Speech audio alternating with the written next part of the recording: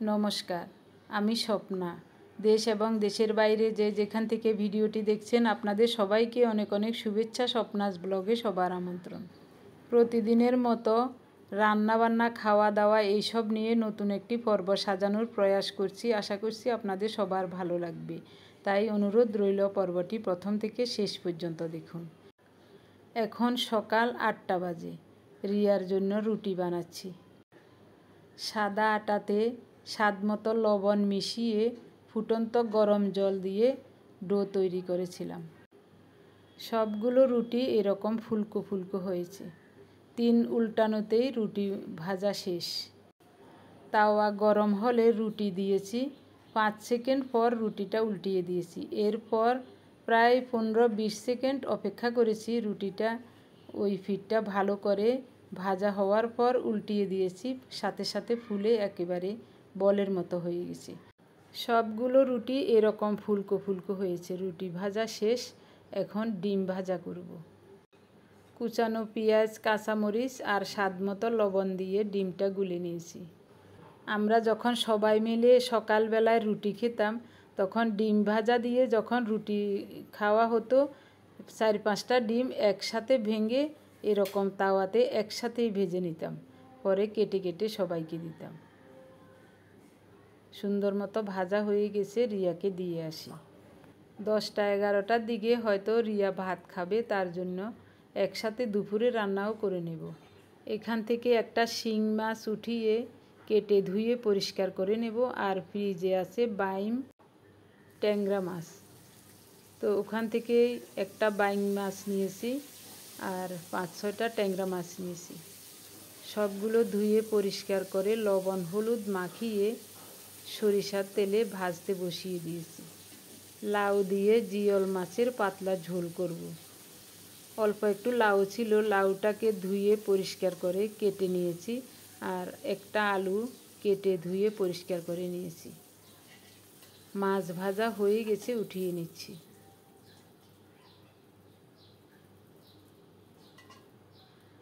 আরও একটু সামান্য করে তেল দেব। ফোড়নে দিচ্ছি কালো জিরা। তেলের উপর একটা কাঁচামরিচ কেটে দিয়ে দিচ্ছি। খুব সুন্দর একটা ঘ্রাণ হবে। প্রথমে আলুগুলো দেব। আলু দিয়ে কিছুক্ষণ নেড়ে চেড়ে ভেজে নেব। স্বাদ মতো লবণ দিয়ে দিলাম। লবণ দিয়ে আরও কিছুক্ষণ আলুটাকে নেড়ে চেড়ে ভেজে নিচ্ছি। এখন দিয়ে দেব ধুয়ে কেটে রাখা লাউ।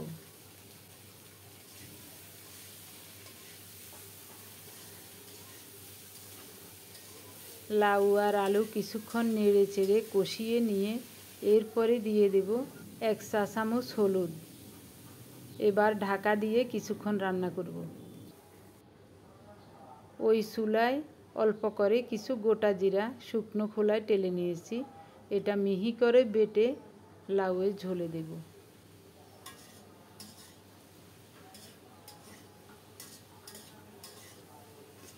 ঢাকা উঠিয়ে মাঝে মাঝে নেড়ে চেড়ে দিচ্ছি।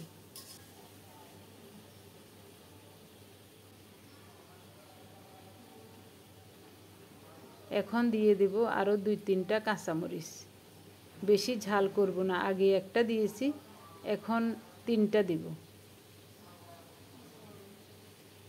4টা মরিচেই হয়ে যাবে। আমাদের তরকারিতে একটু ঝাল বেশি করে দেওয়া হয়, তার জন্য রিয়ার তরকারিটা আলাদা করে রান্না করি সব সময়, যেন ওর কোনো প্রকারে কোনো সমস্যা না হয়। কারণ ও যা খাবে বাচ্চাও তা টেনে খাবে।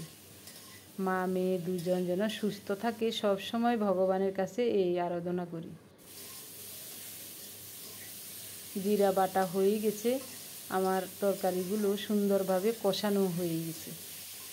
ওই চুলায় জল ফুটতে বসিয়ে দিয়েছি।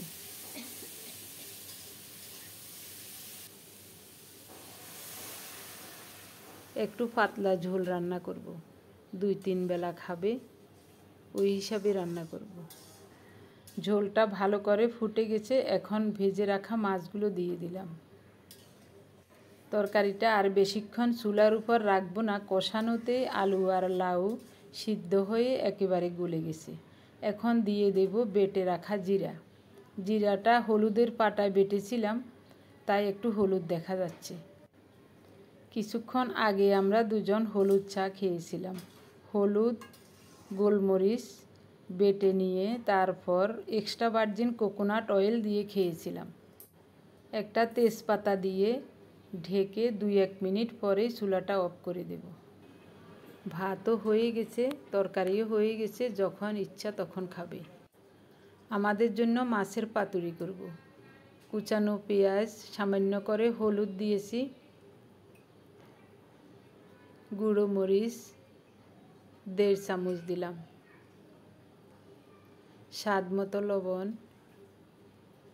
এবার হাতটা ধুয়ে নিয়েছি, ভালো করে এগুলো কষলিয়ে নেব পেঁয়াজের সাথে।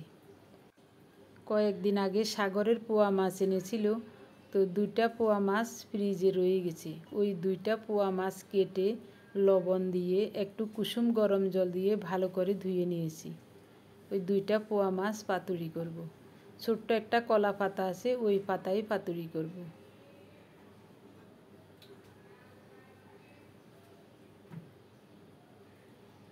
সরিষার তেল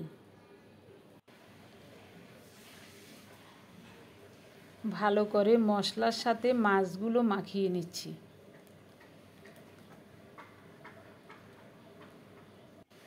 কুচানো পেঁয়াজ আর সরিষার তেল মিশিয়ে সুন্দর একটা ঘ্রাণ বের হয়েছে। পাতুরির মাছগুলো মাখানো শেষ। এখন পাতাটা আমি আগেই ধুয়ে পরিষ্কার করে রেখেছি। পাতার উপর দিয়ে দেখি হয় কি না। ছোট্ট একটা পাতা।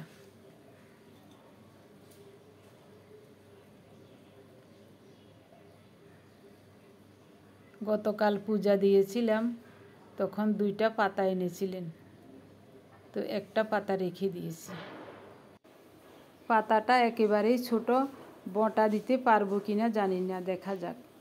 আপনি যদি আমাদের চ্যানেলে নতুন হয়ে থাকেন, সম্পূর্ণ পর্বটি দেখার পর যদি একটুও ভালো লাগে, আমার অনুরোধ রইল চ্যানেলটি সাবস্ক্রাইব করে আপনার মূল্যবান মন্তব্যটি লিখে জানাবেন। যে কোনো গঠনমূলক মন্তব্য করতে পারেন, কোনো সমস্যা নেই, আমি আপনাদের সকল মন্তব্যের উত্তর দেব। পাতার শিরাটা ছিঁড়ে নিলাম বাধাই করার জন্য, দেখা যাক। না, বটা দেওয়া যাবে না, এটা এইভাবেই একটা ছোট্ট পাতিলে বসিয়ে দেব। পাতুরির মতোই লাগবে, কলা পাতার সুন্দর একটা ঘ্রাণ লাগবে। এভাবে করে মুড়িয়ে ঢাকা দিয়ে চুলায় বসিয়ে দেব। অল্প তাপে পাতুরিটা রান্না করতে হবে। সুন্দর মতো ঢাকা দিয়েছি, উপরে আরেকটা ঢাকা দেব। পাতুরিটা চুলায় বসিয়ে দিলাম, চুলার তাপটা একেবারেই কমিয়ে দিয়েছি। আরেক চুলায় মটর ডাল বসিয়েছি, পেঁপে দিয়ে রান্না করব।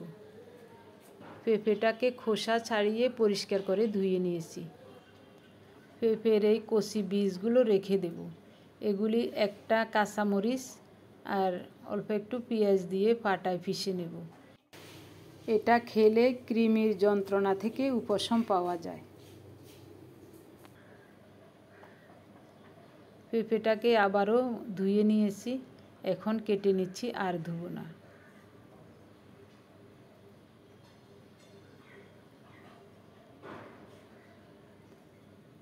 একেবারে অল্প কয়টা বিচি। ডাল সিদ্ধ হয়ে গেছে, এখন পেঁপেটা দিয়ে দিলাম। পেঁপে নামিয়ে নিয়েছি, শুধু লবণ আর হলুদ দিয়ে সিদ্ধ করে নিয়েছি। এখন ফোড়নে দিচ্ছি 2টা শুকনো মরিচ আর অল্প করে গোটা জিরা।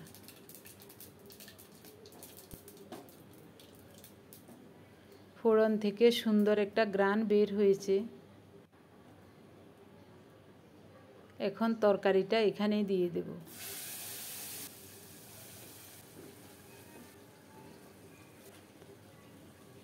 ডাল আর পেঁপে একেবারে সিদ্ধ হয়ে গলে গেছে, জলও শুকিয়ে গেছে, তার জন্য আর একটু জল দিলাম, আর কুচানো 4-5টা কাঁচামরিচ দিয়ে দিলাম।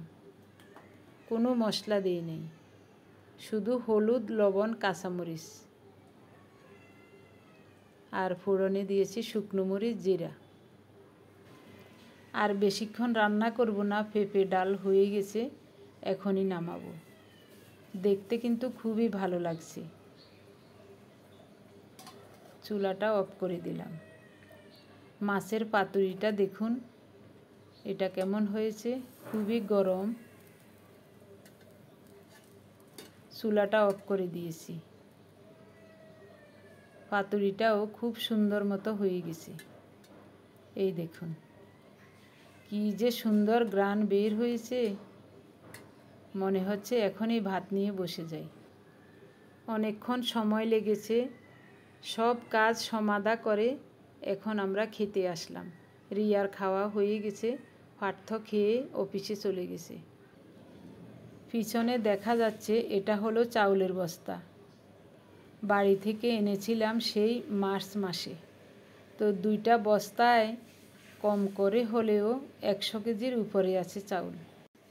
চাউলের বস্তাগুলো খাটের তলায় নিচে আরও 2টা বস্তা পেতে তার উপরে রেখেছিলাম।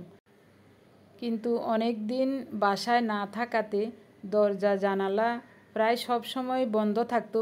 পার্থ যখন বাসায় থাকতো তখনই হয়তো 2-1টা জানালা খোলা থাকতো। তো এর ভিতরে প্রচণ্ড বৃষ্টি হয়েছিল। ব্যবসা গরমে মনে হয় চাউলে শুঁয়োপোকা ধরে গেছে।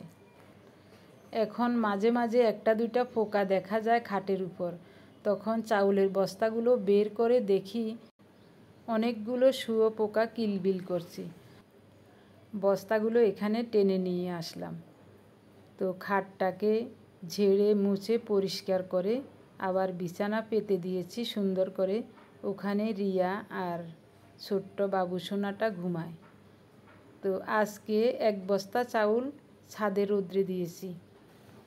2টা বিছানা চাদর পেতে তারপর চাউলগুলো দিয়ে 2-3 বার করে নাড়া দিয়েছি। সব পোকাগুলো মরে চাউলগুলো একেবারে মটমটে হয়ে গেছে। তখন রান্নাবান্না সেরে ওখানেই চাউলগুলো ঝেড়ে নিয়ে আসলাম। এসেই তারপর স্নান করে এখন খেতে বসলাম। এখন প্রায় 4টা বাজে। আর 1 বস্তা চাউল আছে, এগুলো আগামীকাল রোদ হলে দেব। আজকে অনেক রোদ হয়েছিল, অনেক রোদ। দুপুরবেলায় চাউল ধরা যায় না, এরকম আগুনের মতো গরম হয়ে গেছে। একটা পোকাও নাই, সব মরে একেবারে শেষ। সারা বছরে আমাদের বাড়ি থেকে আনা চাউলে খাওয়া হয়, কোনো বছর এরকম পোকায় ধরে নাই। এই বছর ওই 4-5 মাস যাবৎ ঘরের দরজা জানালা বন্ধ থাকাতে ব্যবসা গরমে মনে হয় এই অবস্থা হয়েছে। যাই হোক, পরিশ্রম হবে, তবে চাউল নষ্ট হবে না, পরিশ্রম করতে হবে। পোয়া মাছের পাতুরিটা খুবই চমৎকার হয়েছে।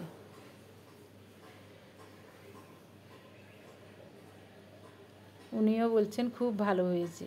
পেঁপে ডাল কেমন হয়েছে দেখি। এটাও খুবই চমৎকার লাগছে খেতে।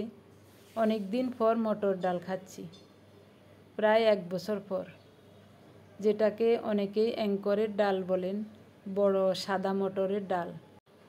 এই ডালটা যে কোনো সবজি দিয়ে রান্না করলে খুবই ভালো লাগে। তো ওনাকে একটু লাউয়ের তরকারি দিয়েছি, কেমন হয়েছে দেখাতে।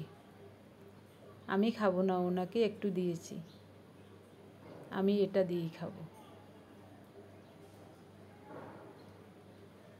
উনি বলছেন এটাও ভালো হয়েছে। রিয়াও বলেছে খুব ভালো হয়েছে মাছের ঝোলটা। কালো জিরা ফোড়নে দিয়েছি, ভাজা জিরা বাটা দিয়েছি, তার জন্য তরকারিটা খুবই চমৎকার হয়েছে। তো আমি এটা দিয়েই খাচ্ছি, আমার কাছেও খুব ভালো লাগছে। এটাই হবে আমাদের রাতের খাবার। এবং সকাল থেকে তেমন কিছুই খাইনি, হলুদ চা খেয়েছি, উনি একটা ডিম খেয়েছেন, আর আমি একটু তরকারি খেয়েছিলাম, আর কিছুই খাইনি। এখন খাবারটা অমৃত সম লাগছে। আমাদের খাওয়া দাওয়া দেখতে থাকুন। এই ফাঁকে আমি আপনাদের নামগুলি বলবো। গতকালের ভিডিও দেখে আপনারা যারা সুন্দর এবং গঠনমূলক কমেন্টস করে আমাকে ধন্য করেছেন, আমি আপনাদের সবার নাম খাতায় লিখে নিয়েছি। গতকালের ভিডিও দেখে প্রথমেই কমেন্টস করেছিলেন নির্মলা দেওরি, তারপর পম্পাদে ইসাপুর লেলিন নগর থেকে, সুমন্তরা সেনাপতি, শম্পা ব্যানার্জি কলকাতা থেকে, কুণ্ডন সাহা কলকাতা যাদবপুর থেকে, স্কুইজিং ফ্লেম মল্লিকা ঘোষ শিলিগুড়ি থেকে, সোমা দে কলকাতা বাঙ্গুর এভিনিউ থেকে, বনানী ব্যানার্জি মুর্শিদাবাদ থেকে, রানু বেগম ইতালি থেকে, লিপি কুকিং দক্ষিণ দিনাজপুর বুনিয়াদপুর থেকে, রীতা বোস, মিনতি মার্মু উত্তর দিনাজপুর রায়গঞ্জ থেকে, সুপ্রিয়া চৌধুরী সুমনশীল সৌদি আরব থেকে। আপনাদের সবাইকে অজস্র অজস্র ধন্যবাদ, অভিনন্দন এবং কৃতজ্ঞতা জানাই। আপনারা যারা প্রতিনিয়ত ভালোবেসে আমাদের ভিডিওগুলি দেখে যাচ্ছেন, আপনাদের সবাইকে অজস্র অজস্র ধন্যবাদ, অভিনন্দন এবং কৃতজ্ঞতা জানিয়ে আজকের পর্বটি এখানেই শেষ করি।